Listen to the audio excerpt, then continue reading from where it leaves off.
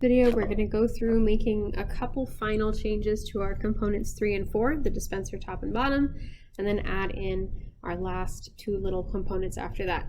So first though, we do need to see that we have two separate components for our dispenser here. So we have dispenser top and dispenser bottom, but if you notice they're nested right now. So we need to click and drag that other component up to the top level component. Now if you notice, instead of being nested, they're in line with each other. They're now completely separated.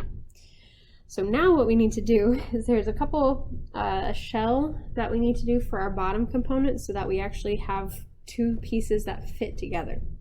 So I'm going to go and activate my bottom component. I'm going to click. So now this component is the active component. We can make our edits directly to it. If you want, you can hide your other components just to make things a little clearer. So now what I'm going to do is I'm going to do my shell tool, and I'm going to click on the top surface of this component, and this is going to be a 5mm shell. I'm going to hit enter, and we have our shelled bottom piece. We do want to put a little lip on the top here, so I am going to create a sketch. Okay, I'm going to click on the top surface. All right, it's going to bring it around. I'm going to pan by clicking my mouse wheel. And now we need to use our offset tool. So we're going to use offset right here. We're going to choose this inner edge of our shape. And we want this to be 2mm to the outside.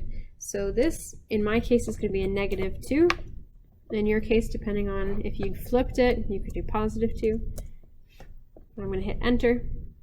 We now have this little extra edge. Okay, we're going to finish our sketch. I'm going to come back to the home view.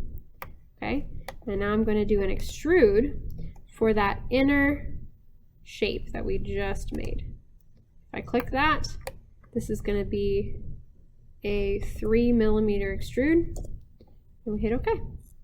So now we have this little lip that's poking up from our shape. All right, we also do want to ground this shape. So I'm going to right click and ground, and now this bottom piece is finished. All right, now we have a couple tiny changes for our dispenser top. Okay, so I'm going to activate our dispenser top. I'm going to hide our dispenser bottom. Though in here I am going to double check. There we go. We're making sure things are visible and invisible. So now that we have our top opened up, we're going to do something very similar but on the bottom surface. So I'm going to choose this bottom corner so I can see.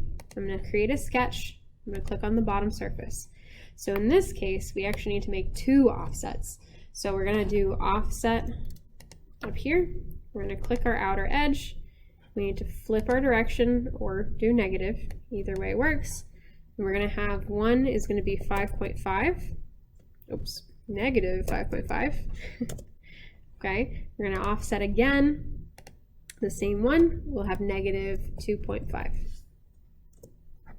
Okay, so we should have a set of two outlines on this shape. We're going to finish that sketch.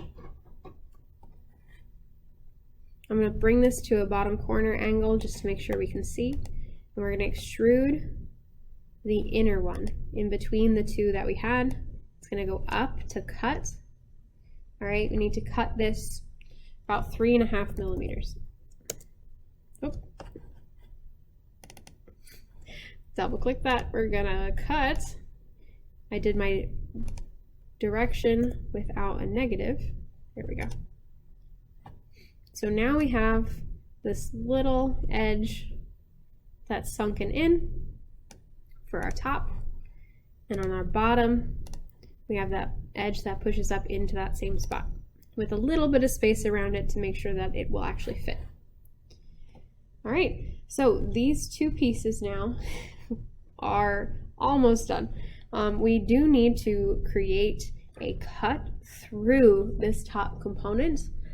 So we still have it activated, and we're going to make a sketch on our front plane. Okay, so our front plane, that's the same one that our circles are on from the original. Okay, I'm actually going to come and open up our tape roll here, and we want to project some of the circles from our tape roll onto our new shape. So there's a couple ways you can do this. I like to hide the top. Okay, come back flat to front, come to create, hit project, project, and then we need our 15 millimeter diameter circle. That was the innermost one. Okay, and then we're going to hit OK. So we're keeping that first circle that we had, and then we're going to make another circle that is 28 millimeters. Oops, uh-oh. I realized I'm making this where you can't see it. All right. We should be able to see at an angle now. We have our circle and our 28 millimeter circle as well. All right, we're going to finish this sketch. And we are going to extrude that inner circle. Sometimes you may need to turn. All right, and this one we want to extrude through both sides. So instead of direction, we're going to do two sides. And we need to have our extent be all for both. Okay. A thing to double check, technically this should only be going through the dispenser top for your objects to cut.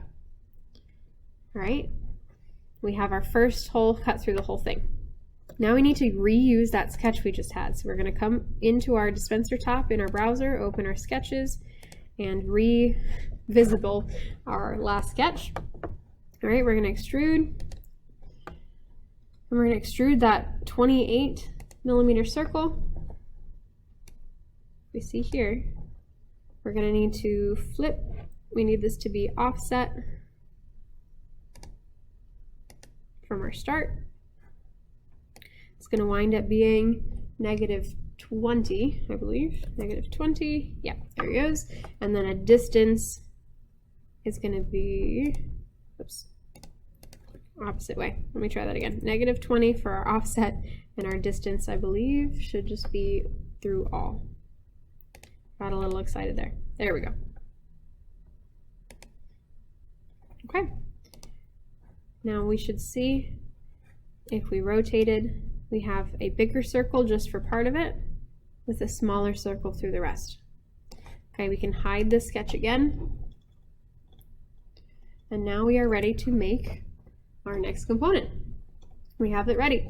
So I'm going to come in here and close this up for now. We're going to come back to our top level component and select the whole thing and activate.